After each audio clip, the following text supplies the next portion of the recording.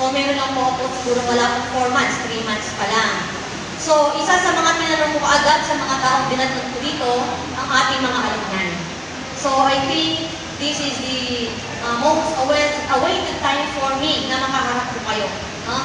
Siguro nga po, talagang ginawa o sinadya ito ng pagkakataon ng ating Diyos. Although the process is painful, the situation is painful, no? Kailangan natin itong harapin. At tinatanggap ko ito as an advantage on my part. Kasi muli nakapasok ulit kayo dito at muli nakaharap ko po kayo sa unang pagkakataon. But before going further, gusto ko lang pong i-acknowledge, magpasalamat sa suporta ng ating mahal na Superintendent, Secretary ng Province, si Sir Cozon. Maraming salamat po sa pagdalo. Ngayon din po ang suporta at pagmamahal sa atin ng dating principal ng ating paaralan, si Dr. Yolanda Gonzales, na siya ang principal ngayon ng Tarlac National High School, Maine. Maraming salamat ng Yoli sa pagdating. And of course, gusto ko rin pong i-acknowledge ang ating GPTA President, Sir Eugene. Maraming salamat sa pagdalo. And gusto ko rin pong i-acknowledge ang presence ng ating presidente ng alumni na nagpakilala po sa atin ng hindi po ito ang unang beses na nakaharap po na siya, si Madam Flora Marso. Marso. Maraming salamat din po sa pagdalo. Ulitin ko po, ito po ang isang pinakahihintay ko para, sabi nga po ni Sir Ian kanina, mahirap po nag-uusap-usap tayo sa social media. Mas lalo hindi po tayo nagkakaintindihan. Ano po, talagang pinabukas ko po ang gate. Sabi ko, provided na in-maintain lang po natin ang safety protocols, physical distancing, at na-maintain lang po natin ang number na papasok sa loob. Ano po, kasi mas magandang mismo sa amin nyo na marinig ang mga katanungan na hindi po ito kayang sagutin ng social media. Okay po? Siguro po, dahil ito ay dialogue, mas uunahin ko na muna po malaman ang inyong mga tanong. Bago po namin, para mamaya, nag-present kami, nakikinig na lang kayo. Mas uunahin po kayong bigyan ng pagkakataon ngayon na pakinggan. Ano po ba talaga ang gusto nyo malaman? Bakit mas gusto nyo at ginusto nyo magkaroon ng dialogo? Kami po, bilang namumuno ng paaralan, sabi ko nga po, open po ang aking opisina, open po ang ating paaralan na pakinggan ang gusto nyong iparating. This is the right venue, sabi nga po kanina sa dasal ng ating kasamahan dito. Ano po? Pwede po, andito po ang mic. No? Yung mga hindi po natin nailista, kung nauubusan na po tayo ng oras, right after our discussion naman. Kami naman po ang pakikinggan ninyo. Una, pakikinggan po namin at mas minabuti ko pong mayroong blackboard dito para hindi natin makalimutan yung gusto nyo pong iparating sa atin at habang nagdi-discuss kami, nasasagot po namin isa-isa ang lahat ng mga katanungan ninyo. Okay? Can you do me a favor, Sir Roman? No? Meron po tayong mikropono. Sino po ang gustong magbigay ng unang katanungan na gusto nyo malaman na magmumula sa amin? Yes po. Ulitin ko po pag puno-puno rin lang po, hindi ibig sabihin na close ko na po yung door para sa mga katanungan ninyo. Okay po. Mapagpalang aming Panginoon at dinala po kami dito, kaming lahat ng mga nagsipagtapos dito sa Tarlac National Annex 1. Na-surprise lang po ako dahil nakita ko po sa social media, somebody invite me here para po alamin kung bakit gusto po nilang gawin o gusto nilang palitan yung pangalan ng Tarlac National High School Annex 1 na gusto nilang maging Tarlac National High School. Ganito po ang katanungan ko. Bakit hindi na lang po gawin na mananatiling pangalan ng Tarlac National High School Annex 1? Ito po kinagisnan natin. Bakit kailangan pang palitan na maging National High School? Ano po ang gusto nilang mangyari? Gusto po nilang ipamulat na yung apelido ng iyak magiging forever? At saka po yung narinig ko po kanina, gusto po nilang gumawa ng monumento ng biyak. Bakit hindi natin panatilihin na itayo ninyong monumento, yung monumento ni Jose Rizal? Dapat po yun ang ating pansinin, bigyan natin ng galang kung sino po talaga ang nagtanggol sa ating bayan po. Siya po, mula doon, pinag-aaralan na natin ang pangalan o ang ginawa ni Dr. Jose Rizal. Bakit gusto po nilang maging biyak National High School? Bakit gusto maging yak ang Tarlac National High School? Another question. Marami po kasi ng questions, sir. Ano po? Kaya po masusulat natin. At gusto ko pong malaman, kayo po mga respetadong officer o member, bakit hindi ko po sinasabi bakit sasang-ayon ba kayo dito? Katulad kong sinabi ng mga karamihan na ang yak ni isang anak ni Governor, wala kang nag-aral dito, tapos gusto nila maging yak National Tarlac National High School, yung itong school na to. Siyempre po, maraming mag-disagree po sa ganong pangyayari, pero nire-respeto po kung ano po ang nararapat, yun po ang tamang gawin. Bakit po? Kung hindi siya nagiging yak National High School, hindi tayo magkakaroon ng pondo dito. Susulat ko pa rin ako yun. Sige po. Yun lang po ang gusto kong malaman dahil nagtapos po yung dito.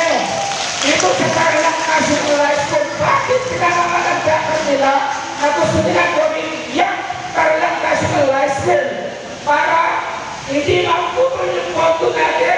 Sir, kami lang po ang sasagot. Yung tanong na lang po, ano? Para sa malaman ng mga taong Sir, bayan. bigyan po natin ng pagkakataon yung mga kasama natin makapagtanong din, ano po?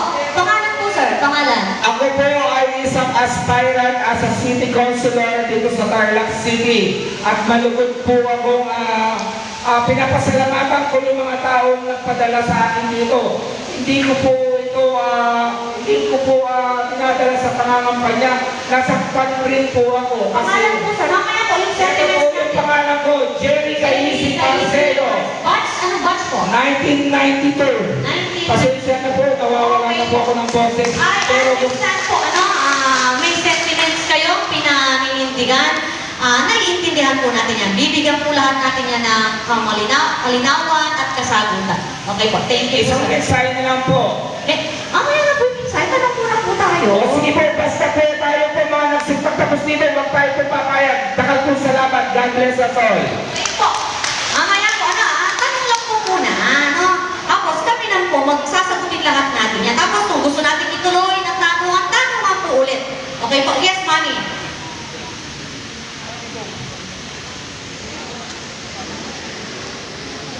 Tanong po.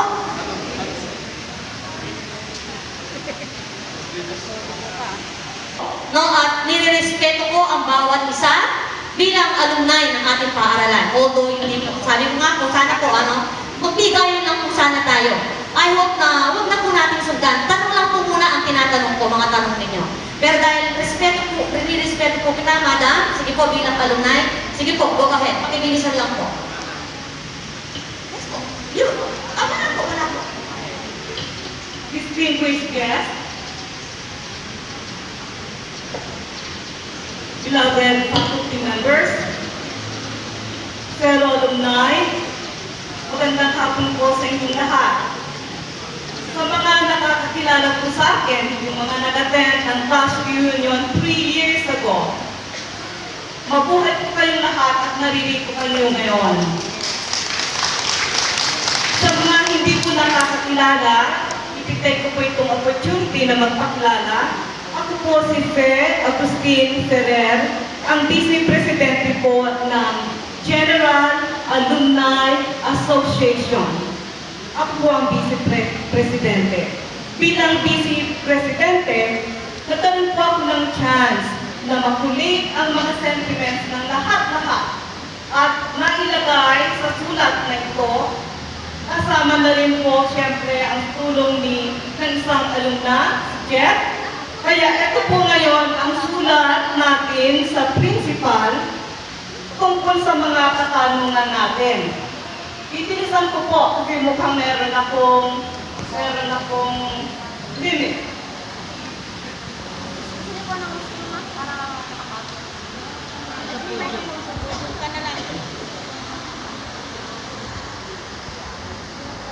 Respected Madam Principal, greetings of peace and goodwill. We, the General Alumni Assembly officers and members of the Tarlac National High School Annex, representing the community as a whole, would like to call your immediate attention on the very pressing issues regarding the school name change to Jose Villa National School, which you have implemented. Your decision and recent actions to implement the name change created not just a confusion, but now an ongoing pandemonium and profound dismay to those greatly affected, most especially the current students and their parents who will bear the burden and cost for such change, as it would entail a change in school uniform, ID cards, among others. Among immediate stakeholders, Balista ko po. School uniform. Ayan po, narinig ko yung school uniform para po mga atin natin.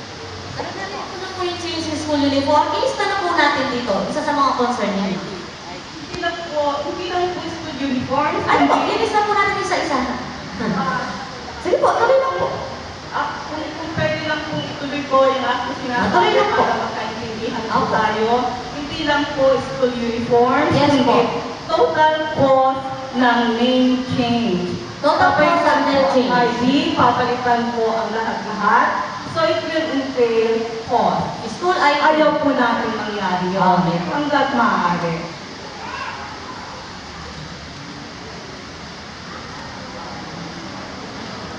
Among the immediate stakeholders who would be affected by this move are us, alumni.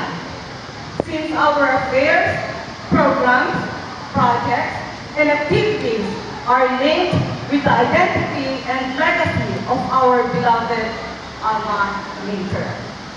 Next to us are our teachers, local government officials, other stakeholders, and concerned citizens who protest this move.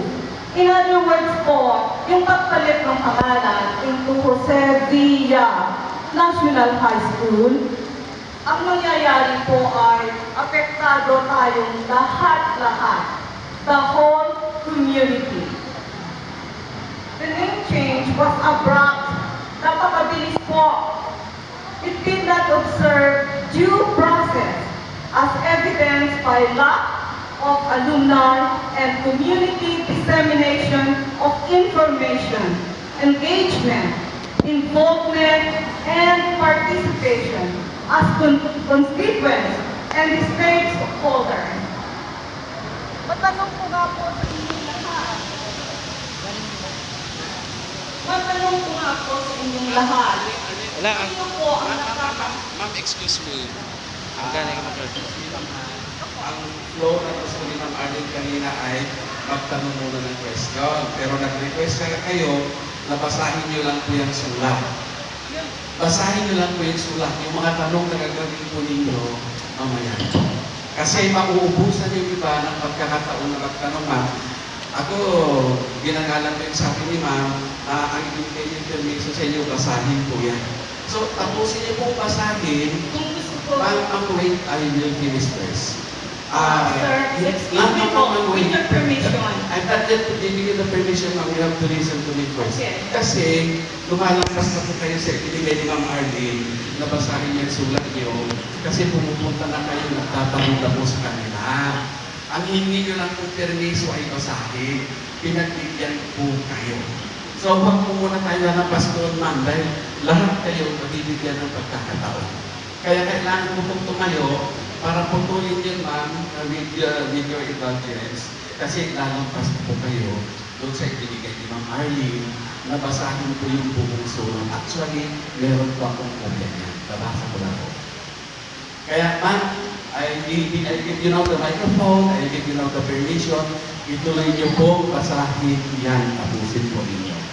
Okay, yun na po kami yung Ma'am, binigay tuloy ni niyo Ma'am lang po, Arlene. para po mabigyan natin sila ng mga kasamahan natin dito ng pagkakataon, may voice out, o maiparating sa amin ano talaga ang gusto niyong malamang kasagutan. Kami naman po ready at willing kaming makinig at sagutin lahat ng mga katanungan ninyo. No, ito ay isang bilang respeto lang sa isang alumni natin. I am giving again the floor para ituloy basahin po ang liham. At nabasa na po namin yan, nabasa ko na po yan, at naibigyan ko na rin po ng copy ang ating superintendent niyan. No? Para lang po sa kaalaman ng lahat. Okay po? Anyway, I believe na hindi lang po ang sulat na galing sa inyo. Sabi niyo nga po kanina, sa consensus na karamihan sa inyo. Actually, kung tutuusin po, no need for us to read again this letter. Ako din po kasi kay Mami kanina, ang sulat na yan hindi lang galing sa kanya, galing sa karamihan. Kaya bilang respeto po, sige po, ituloy niyo lang po. Okay. Natutunan ko po kasi na kapag kakausap ninyo ang madla, kailangan meron pong face-to-face at saka connection sa mga tao. Ganun po. Okay, bibilisan ko na po kasi mas marami po ang nauubos na oras sa mga ganito po na pagdidiskusyon. Okay, wala pong problema.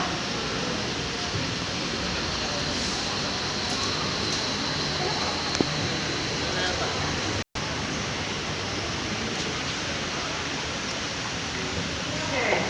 As we are aware, the renaming of public schools is governed by Department Order Number 29, Series of 2011, that reiterates the revised guidelines of the National Historical Commission of the Philippines. Generally, said guidelines explicitly state that all public places can be named or renamed only by the President. Only by the President, through a proclamation or by Congress, by legislation. Further, it states that no national road, school, hospital, or national property can be named or renamed by a local government unit. Upon our research, we found out that Victoria 5 House Bill number 10339 on October 5, 2021.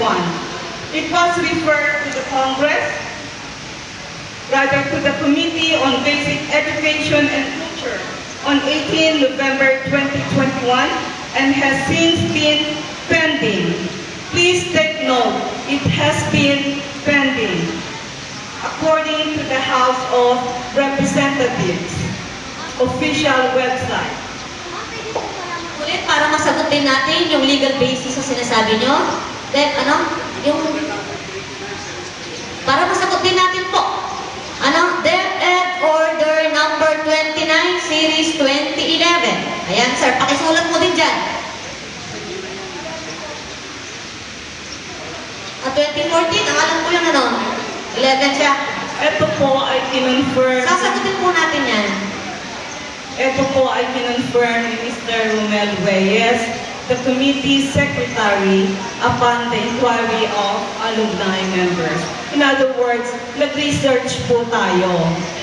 It is thus very surprising that despite the lack of legislation on the matter, you have implemented changes such as the painting of a bold visual signage, Jose Villa National High School, on the front building of school.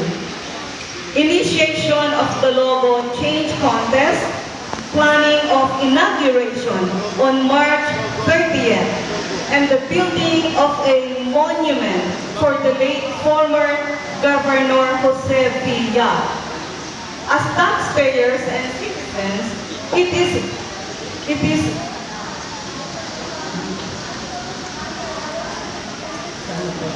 As taxpayers and citizens, it is very concerning that the use of funds for those purposes is unauthorized due to the lack of legal basis for such disbursements. While the alumni community does not object to the renaming of the school per se, given its separation from Tnhs main, we hereby unequivocally inform you of our objection to renaming it to Jose Villa National High School. We commit to participate and undertake the necessary, proper, and legal process to choose a new name befitting our beloved alma mater in cooperation with you on this matter. Thus, for us alumni to work harmoniously with the school authorities on this and other matters to advance the welfare and well-being of the school, its students, its faculty. We respectfully request your written explanation on the matter in the interest of transparency, fairness, and objectivity. We likewise demand a written commitment from the school to refrain from committing any acts to further implement this name change without legal basis. Due to the urgency of this concern, we are expecting your response within 5 working days upon receipt hereof, so that we can proceed with the best course of action as an alumni body. Failure to do so would compel us to seek legal redress and other administrative relief. Thank you so much for your understanding and consideration. We look forward to your most expedient and preferential attention on this request. More power and God bless. Respectfully yours, is signed by the President of the GAA, Dora Marzo. Maraming salamat po. Although, ang hirap po palang magsalita ng under pressure, hindi ka pwedeng sumobra ng explanation. Anyway, maraming salamat din po. Ganito po ha, nagpakuha ko ng maraming papel sobra-sobra sa bilang ninyo. Asan si Ate Eva? Ate Eva, nasaan ka? Halika. Sa iyo kuya, sa ito dahil ikaw ang ma-PR sa mga alumni eh. Halika, halika. Lahat ng mga tao nandito, bigyan mo sila ng papel kasi yung mga nahihiya kong tumayo, naiintindihan ko naman yun. Alam ko naman yun, yung mga nahihiyang tumayo, isulat po ninyo yung mga tanong ninyo o yung mga gusto nyo malaman sa papel na yan. Kung gusto nyo pong isulat yung pangalan nyo, okay lang po. Kung hindi naman, okay lang po. Kasi ang habol namin dito, yung mga laman ng isip nyo, laman ng puso nyo, yung mga tanong ninyo, para lahat ay malinawan po natin. O Ate Eva, sa inyo po yan. Alam ko, malakas ang rin sa alumni. Sulat namin, wala kami ballpen. Sige po, bigyan po, pumili mo ng papel kay Ate Eva. Mas matanda po ako kay Ate Eva, pero tawag ko sa kanya Ate Eva. Kasi Pangasinan din po yan eh. Okay, so Ma'am Arlene, Thank you, sir. Thank you po. asan yung ibang department heads? Okay, yung isa ma'am, dito ka, yung isa dito, kayo ang kumulekta ng mga tanong nila. Okay? Kayo ang mamulekta ng mga papel na yan, pagkayari nilang sulatan ng mga tanong, tapos, sino yung malakas ang boses sa inyong mga teacher? Siya ang magbabasa ng mga tanong. O, sino mag-volunteer sa English Department?